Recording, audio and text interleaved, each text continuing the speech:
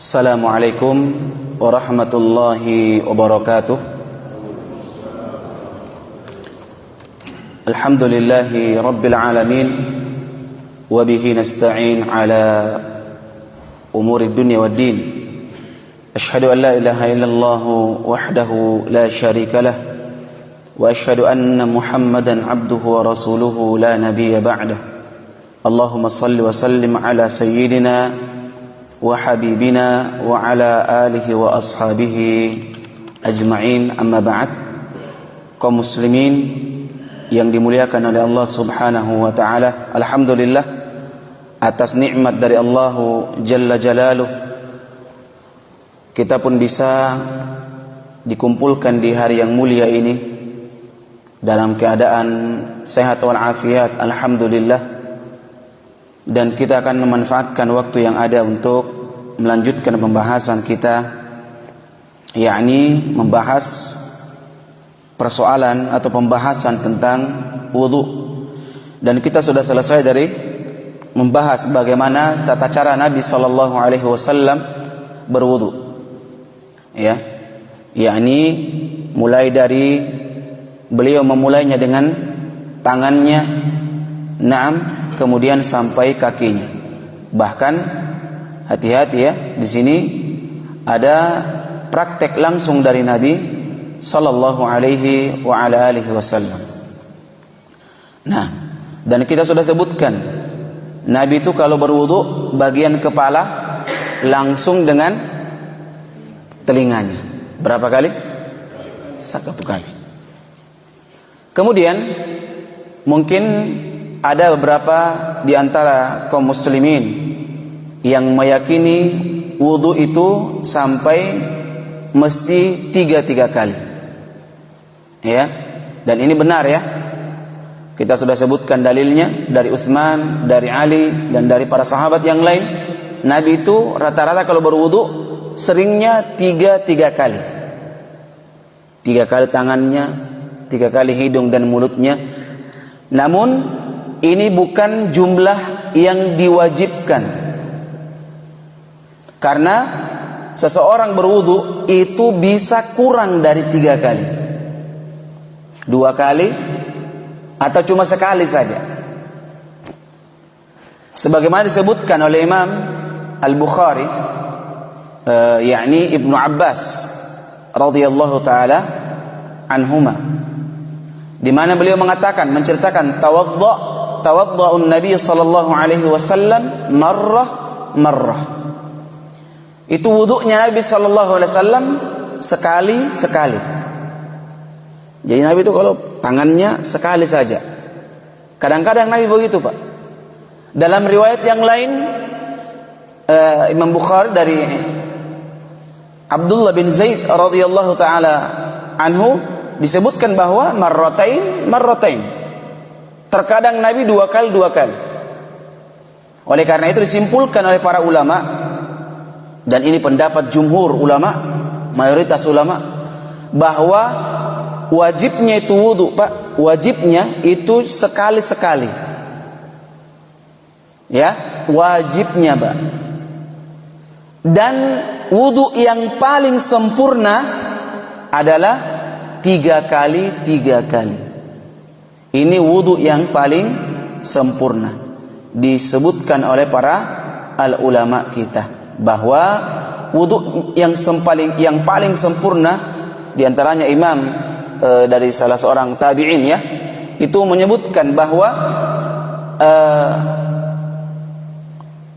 wudunya Utsman, hadzal wudu asbaghu min yatawadda bihi ahadun lis-shalah.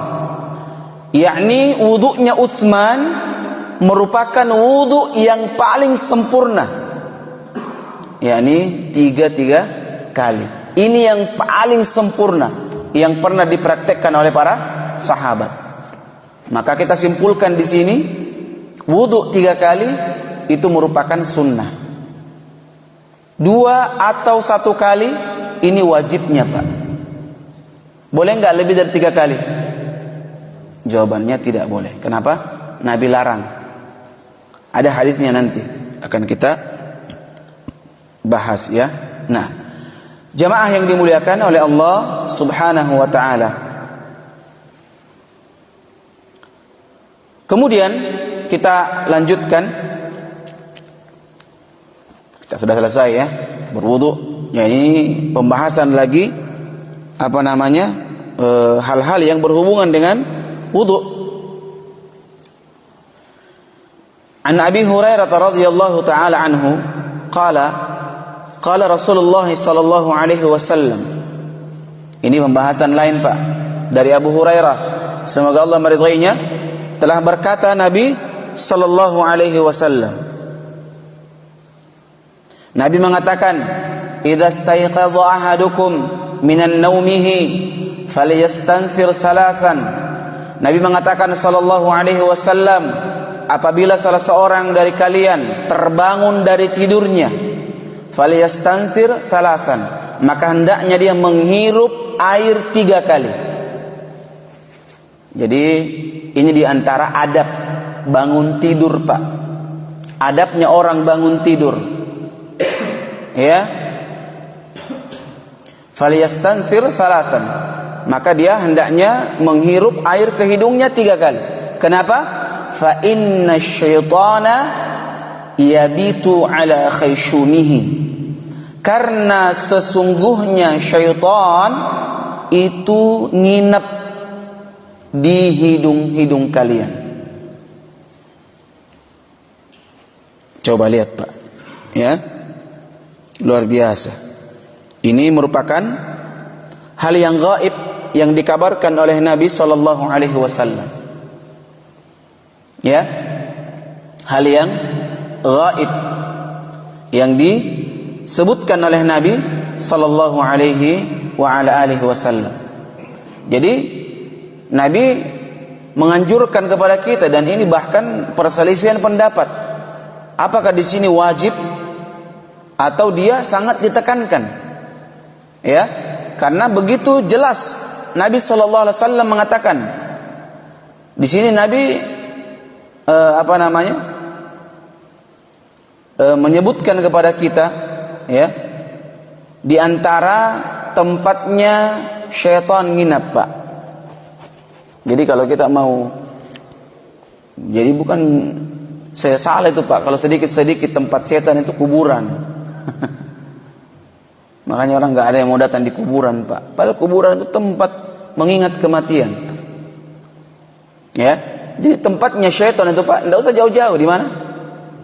Di hidung. Di hidung kita Pak. Ya, ini perkara gaib yang disebutkan oleh Nabi sallallahu alaihi wa ala alihi wasallam. Mungkin kita berpikir, wah, masa kecilnya lubang hidung, setan besar, masa bisa masuk di hidung? Enggak, ini enggak boleh pakai matematika Pak. Enggak bisa pakai logika, karena ini adalah wahyu. Nabi langsung ngomong di sini. Riwayatnya Bukhari Muslim lagi Pak. Sama dengan orang yang telat bangun subuh Pak. Kan ada orang telat biasa bangun subuh. Kenapa itu kira-kira? Hah? Begadang. Dikencingi telinganya sama setan Pak. Dikencingi telinganya sama setan. Ya? Pernah dilaporkan kepada Nabi. Ini Bukhari Muslim juga. Dilaporkan ada seorang yang tertidur sampai pagi Pak. Ya, sampai. Maka Nabi sallallahu alaihi wasallam mengatakan, dzaka rajulun bala syaitan fi udhunayhi. Itu laki-laki, ya, itu telah dihinakan oleh syaitan. Sebenarnya ini dalam bentuk penghinaan kepadanya Pak. Orang kalau dikencingi Pak, hina enggak Pak? Dihinakan dia. Syaitan menghinakan diri. Ya, jadi kita tidak usah cari mana orang yang hina Pak. Tidak usah cari, tidak jauh-jauh itu. Bukan orang yang tidak cukup makannya di tiap paginya, bukan orang yang tidak punya titel, bukan orang yang bekerja, ya, bekerja rendahan, bukan itu orang yang hina Pak. Tapi orang yang hakikat kehinaan itu adalah orang yang tidak bisa sholat subuh. Kan banyak begitu. Bahkan saya pernah terjadi ini. Ustadz saya dulu waktu masih TPA. Waktu masih TPA. Saya ini alumni TPA Pak, dulu waktu masih kecil. Tahu TPA kan? Taman Pendidikan Al-Quran. Dulu kita masuk TPA kecil-kecil semua. Ini Ustadz, semangat Ustadz kita tentang hari kiamat cerita. Bahkan kita dibangunkan tengah malam. Ingat kan di masjid itu dibangunkan tengah malam dikasih menangis. Ada Ustadz yang pura-pura jadi mayat, ya kan? Kemudian dikasih ingat-ingat ibunya ini begini. Akhirnya sudah tertidur kita. Qadarullah ma syafa'al. Bangun jam berapa? Bangun pagi Pak, tidak ada bangun subuh. Karena begadang semua. Termasuk Ustadz yang semalam ceramah. Dia paling hebat tidurnya Pak. Karena dia kan di kamar tidur kan, sendiri dia, Ustadz khusus. Kita sama sholat berjamaah, mana Ustadz? Ketuk-ketuk, Masya Allah, masih tidur Ustadznya. Pintar ceramah semalam, tapi pagi-pagi dihinakan sama syaitan. Allahu Akbar. Makanya jamaah yang dimuliakan oleh Allah Subhanahu Wa Taala, buktikan diri kita orang yang mulia. Tidak usah memproklamirkan nama kita, memperkenalkan saya ini orang ini, saya ini, tidak usah. Langsung amalkan saja. Karena Allah itu tidak perlu iklan Pak. Allah itu menilai kita, tidak perlu kita iklan sama Allah. Baru Allah tahu, tidak perlu. Cukup kita langsung eksekusi. Tidak perlu banyak cerita Pak. Karena orang yang mulia itu orang yang banyak beramal dan tidak banyak mengiklankan dirinya, bicara tentang dirinya. Biar ya orang-orang yang menilai dengan amalan kita. Makanya jamaah yang dimuliakan oleh Allah Subhanahu wa taala, ini salah satu di antara bentuk hal gaib yang diberitakan oleh Nabi sallallahu alaihi wasallam. Makanya jaga baik-baik ya. Jaga baik-baik kalau kita bangun tidur ya, maka usahakan hidung ini kita bersihkan dulu. Termasuk di antaranya yakni tangan kita Pak. Sebelum kita berwudu maka disunnahkan ya, yakni kita membersihkan tangan kita terlebih dahulu. Ini juga adab ya. Adab di sini disebutkan wa anhu, dan darinya juga. Dari siapa di sini? Hadis yang pertama tadi Abu Hurairah. Wa anhu, dan darinya juga idza staiqadha ahadukum min naumihi fala yaghmis yadahu fil ina.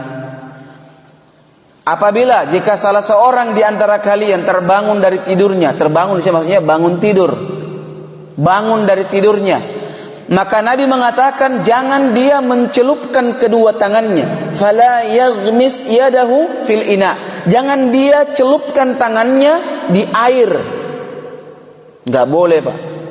Kenapa? Hatta di sini disebutkan apa namanya? Yaghsilaha ya. Sama. Yaghsilaha thalathan, sampai dia membersihkan tangannya 3 kali. Artinya mencuci tangannya 3 kali. Fa innahu la yadri aina batat yadahu. Karena dia tidak tahu di mana semalam nginap tangannya, Pak.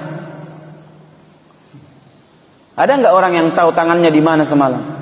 Enggak ada, Pak. Siapa tahu di sini, siapa tahu di sana kan? Bisa saja. Bahkan kalau orang, tenang dulu jemaah. Iya, maksudnya kalau orang tidur itu kan nggak tahu, kita garuk-garuk, ya kan? Garuk ini, garuk itu, garuk ini, garuk, kita nggak paham tangan kita ini, Pak. Biasa lagi nyunsep itu, iya, masuk dalam-dalam, ya. Maka Nabi mengatakan, fa innahu la yadri aina batat yadahu. Karena kalian salah seorang di antara kalian tidak tahu di mana semalam nginap tangannya. Ah, ini hadis, Pak. Ini sahih ya.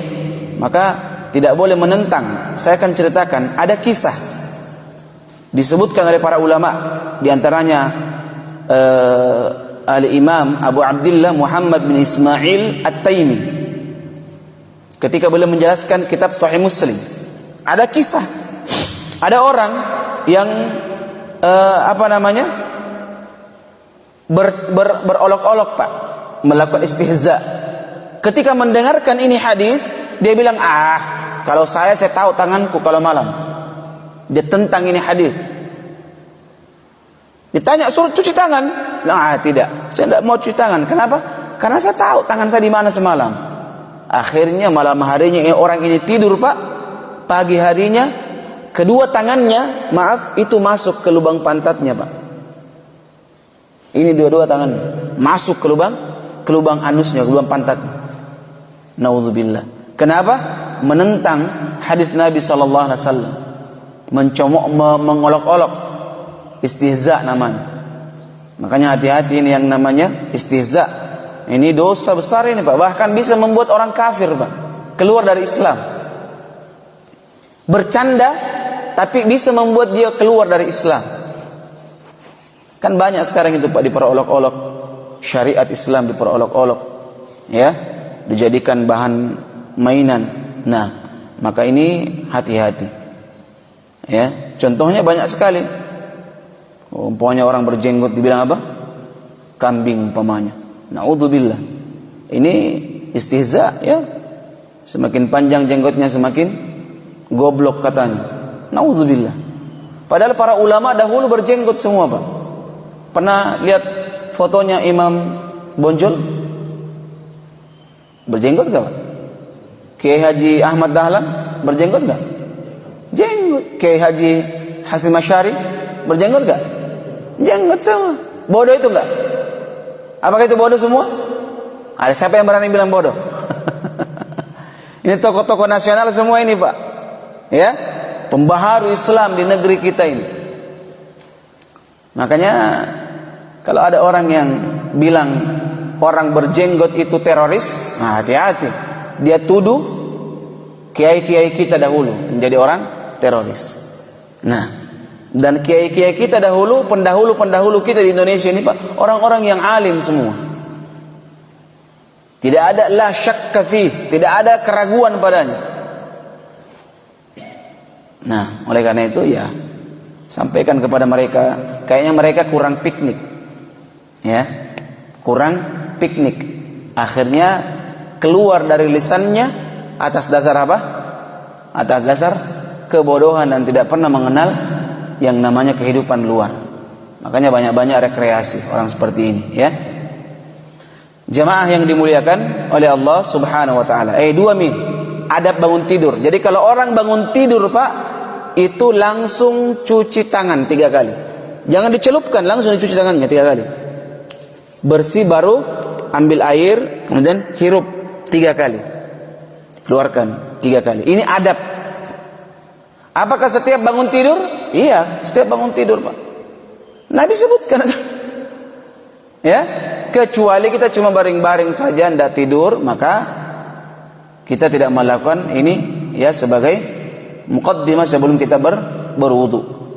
Nah, oleh karena itu jamaah yang dimuliakan oleh Allah Subhanahu wa taala, ini pelajaran kita di pagi hari, yakni adab bangun tidur. Nanti insyaallah kita akan lengkapi adab bangun tidur ini di pertemuan berikutnya. Ada di antara beberapa adab-adab sebelum kita bangun tidur. Makanya ada orang bangun tidur Pak, itu kayak orang remuk badannya Pak.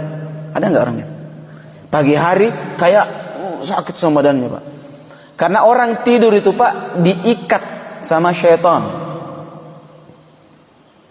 Kayak buras kita diikat itu. 3 simpul. Kita kayak buras itu Pak. Kalau mau tidur itu. Ini perkara gaib tapi Nabi beritakan. Jadi ada caranya Pak, kita buka itu, simpul itu. Makanya di pagi hari ada orang segar. Bukan karena goes, dia segar, bukan cuma itu. Orang goes tidak goes, bisa saja orang yang goes, kenapa ini masih sakit badanku? Itu, makanya belajar sunnah. Belajar sunnah.